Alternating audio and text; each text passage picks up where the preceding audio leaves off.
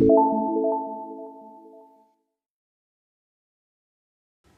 Everyone, welcome back to my channel.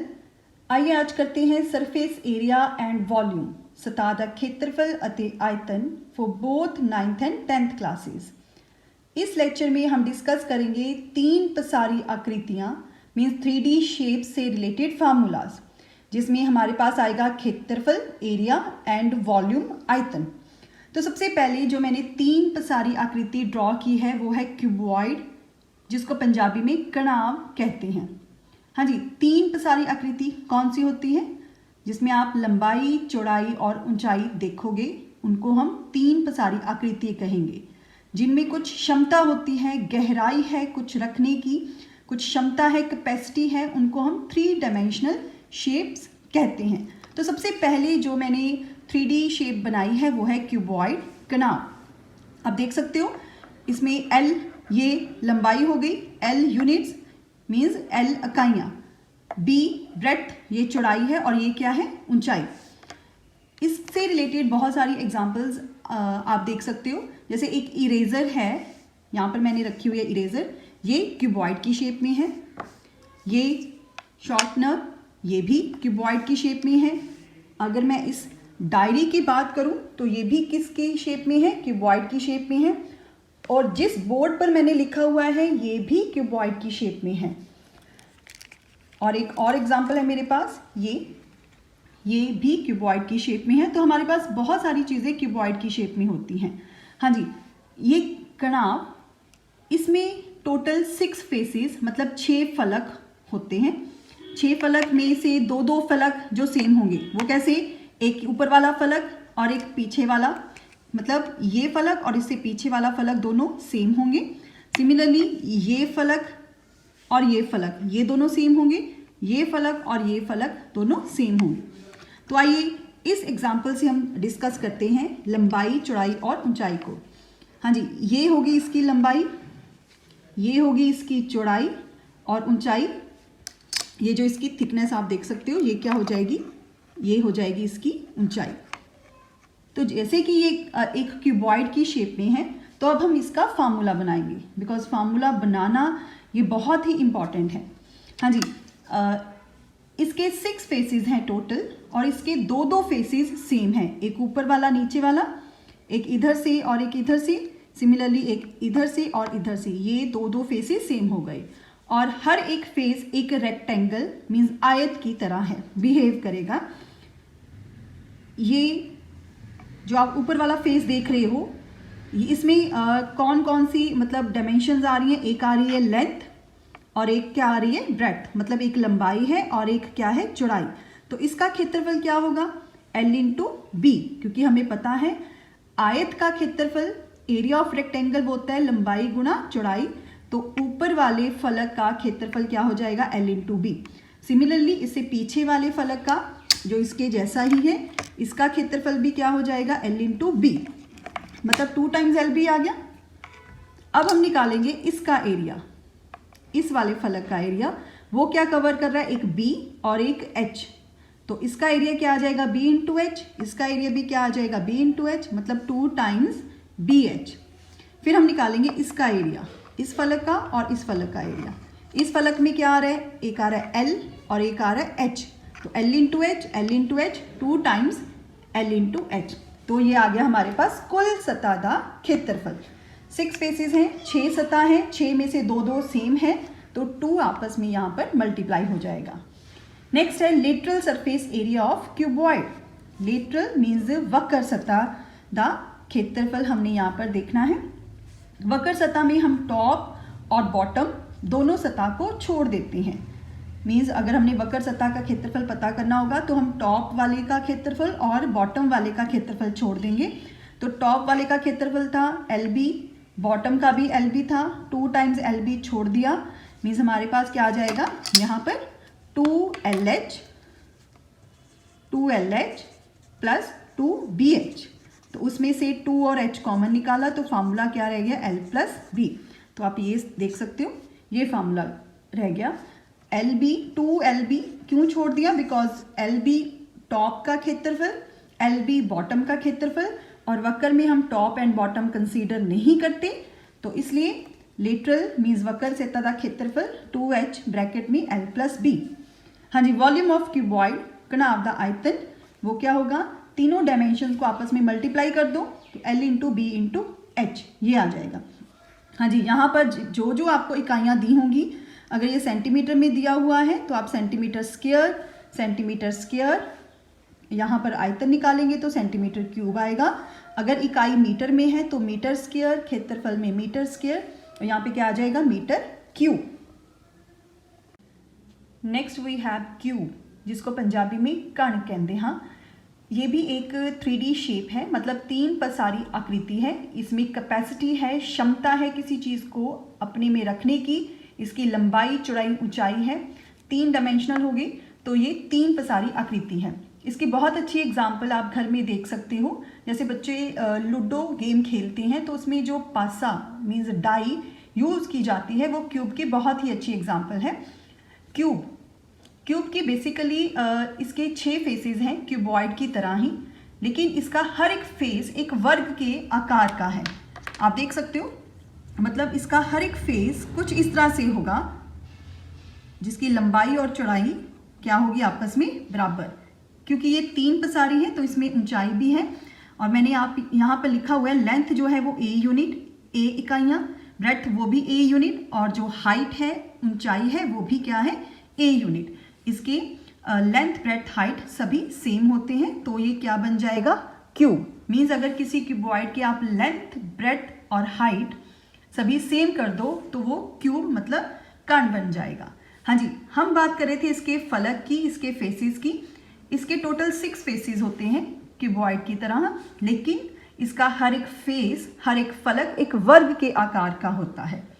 तो आइए करते हैं इसका सबसे पहले formula, that is total surface area of cube. हाँ जी, एरिया क्या होता है, ये सारा पोर्शन क्या होगा, एरिया, राइट। अब देखिए इसका एरिया, एक वर्ग का एरिया, एक वर्ग का क्षेत्रफल वो क्या होता है, पूजा गुणा पूजा, मीन्स पूजा दी घात 2, ये बन गया। टोटल सरफेस एरिया मीन्स कुल सतह का क्षेत्रफल इस कण का।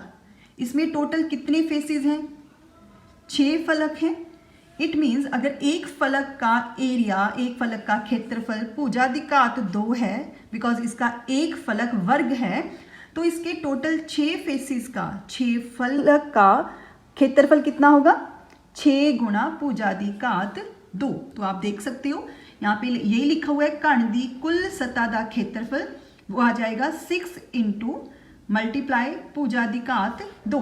क्योंकि हमने इसकी साइड को a लिया है तो नेक्स्ट स्टेप में मैंने 6 इंटू ए स्क्वायर लिख दिया, बिकॉज ये क्षेत्रफल है। तो यहाँ पे आप क्या लिख दोगे, वर्ग इकाइयाँ, राइट। तो ये था हमारे पास total surface area of cube. Next, lateral surface area of cube means कण दी वक्र सतह का क्षेत्रफल।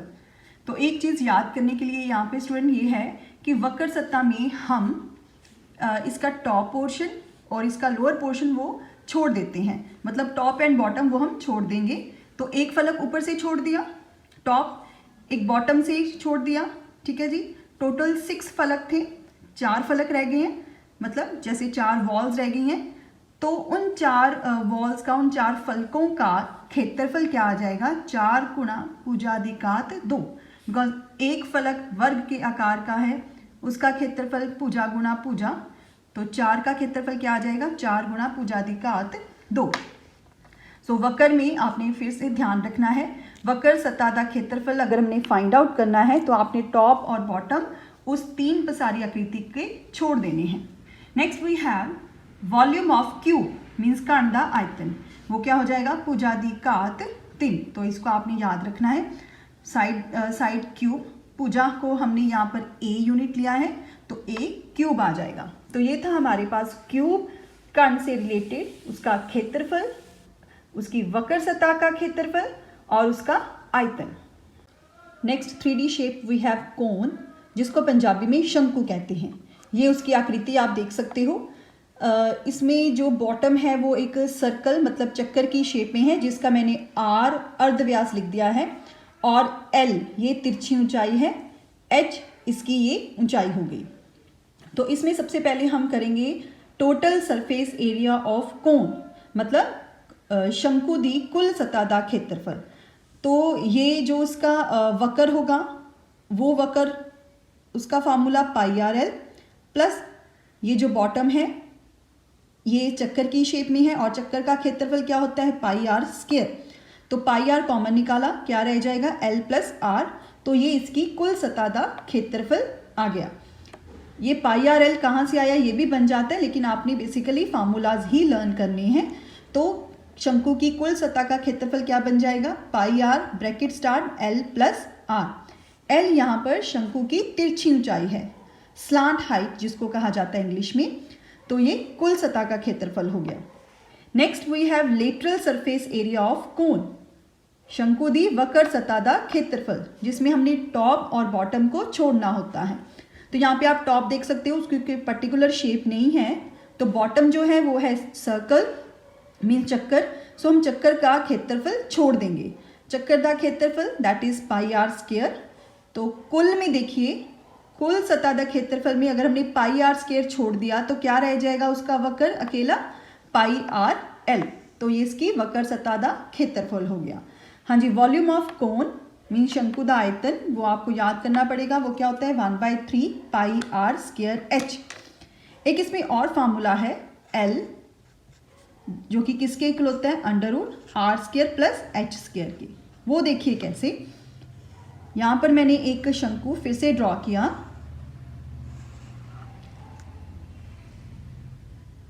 ये क्या हो जाएगी शंकु का एच, ये हो जाएगा इसका आर, और यहाँ पर ये ऊंचाई है और ऊंचाई क्या होती है वो लंब बनाती है। तो आप देख सकते हो ये एक राइट ट्राइंगल बन गया, एक समकोण त्रिभुज बन गया। और समकोण त्रिभुज में हम क्या लगा सकते होते हैं पाइथागोरस थ्योरम। तो मैंने पाइथागोरस थ्योरम लगाई, और ये क्या है आपके पास, ये वाली ऊंचाई कौन सी होगी, इसको हम स्लांट हाइट तिरछी ऊंचाई कहते हैं। So by Pythagoras theorem we have a result कि करंट स्क्वायर जो 90 डिग्री के बिल्कुल सामने है उसको करंट हाइपोटेन्यूज कहते हैं। मीन्स करंट स्क्वायर किसके बराबर होता है बेस मीन्स आधार स्क्वायर प्लस लंब जिसको परपेंडिकुलर कहा जाता है एच स्क्वायर। तो एल का जो स्क्वायर है जो इस दिकात वर्ग है उसको शिफ्ट कर देंगे दूसरी तरफ, तो वो वर्गमूल बन जाएगी मीन्स स्क्वायर रूट बन जाएगी। तो एल किसके बराबर आ गया under root R square plus H square के। तो आपने ये भी फार्मूला अच्छी तरह से लर्न करना है। कई बार क्या होता है कि आर और एच दिया होगा, एल फाइंड आउट करना है, तो आपको पता होना चाहिए एल कैसे फाइंड आउट कर सकते हैं। L is equal to under root R square plus H square. आप इसको ऐसे भी याद कर सकते हो, L square is equal to R square plus H square. Next is cylinder, जिसको पंजाबी में वेलन कहते हैं।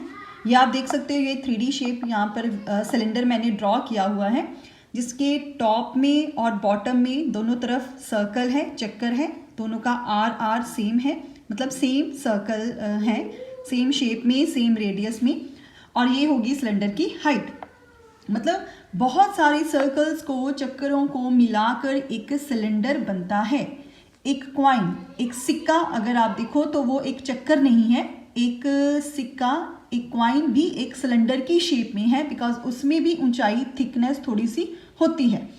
तो सिलेंडर की भी एग्जांपल आपके घर में बहुत सारी मिल जाती हैं, जैसे मेरे पास ये पेन पकड़ा हुआ है मैंने, ये भी एक सिलेंडर की शेप में है। तो इसका हम करते हैं टोटल सरफेस एरिया क्या होगा।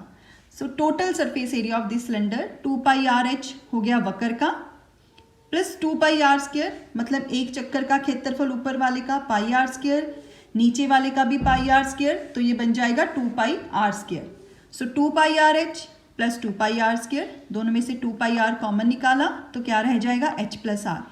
तो जो आपने लर्न करना है वो करना है 2 pi R bracket start H plus R, means वेलन दी कुल सतह का क्षेत्रफल 2 pi R into R plus H होगा।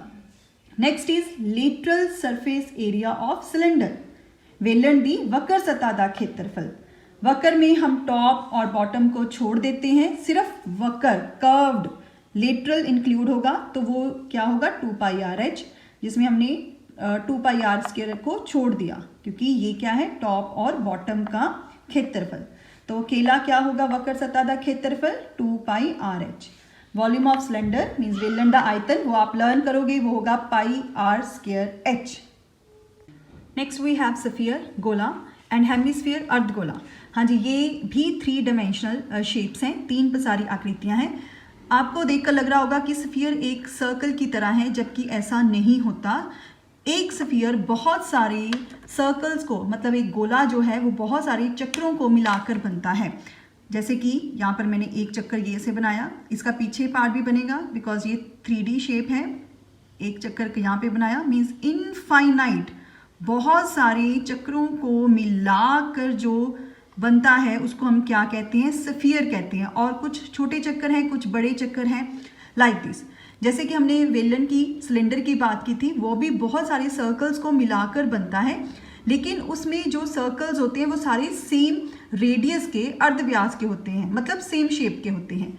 लेकिन स्फीयर में छोटे बड़े बहुत सारे क्या हैं आपके पास सर्कल्स होते हैं। तो बहुत सारे सर्कल्स के समूह से बने जो 3 पसारी आकृति है उसको हम गोला स्फीयर कहते हैं। तो इसमें सबसे बड़ा जो सर्कल होगा वो सेंटर में होगा और उसका रेडियस क्या मान लिया r। तो उसके अकॉर्डिंग कुल सतह का क्षेत्रफल क्या हो जाएगा इस गोले का 4πr², क्योंकि इसकी वक्र सतह कुछ भी नहीं है। वक्र सतह अगर आप इसको ऊपर नीचे से देखो तो सेम ही है, तो इसकी वक्र सतह का क्षेत्रफल नहीं फाइंड आउट किया जा सकता यहाँ पर। नेक्स्ट है वॉल्यूम ऑफ स्फीयर, वो आप याद करोगे 4/3πr³। हाँ जी, अगर इसी गोले को आप सेंटर में से काट दो, जहां पर मैंने कहा था कि सबसे बड़ा सर्कल बन रहा है, चक्कर बन रहा है, वहां से काट दो तो वो क्या बन जाएगा हेमिस्फीयर अर्धगोला। तो इसके सरफेस एरिया क्या हो जाएगा 3πr²। मतलब पहले स्फीयर का जो था वो 4πr² था, हेमिस्फीयर का क्या रह जाएगा 3πr²। अब देखिए हेमिस्फीयर के वक्र सतह का क्षेत्रफल हम फाइंड आउट कर सकते हैं, बिकॉज इसका आप टॉप देखो तो एक चक्कर की तरह है।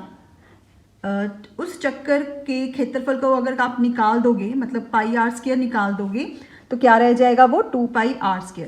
बॉटम वो आप देख सकते हो एक स्फीयर के सारी जैसे फॉर्म में होता है, तो बॉटम आप यहाँ पे कंसीडर नहीं करोगे, तो आप वक्र सतह क्षेत्रफल निकालने के लिए टॉप में से एक चक्कर को छोड़ दोगे। तो पहले 3πr² था कुल, तो वक्र क्या रह जाएगा 2πr²।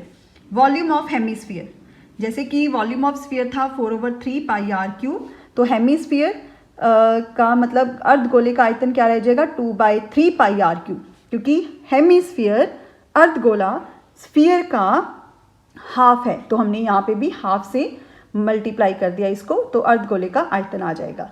तो इस तरह से हमने स्टूडेंट सारे फार्मूलाज मतलब 3D शेप्स जितनी भी थी उन सभी के क्षेत्रफल और उनके आयतन को डिस्कस किया है। हम अपनी नेक्स्ट वीडियो में इनके क्वेश्चंस के साथ मिलेंगे। Thank you so much.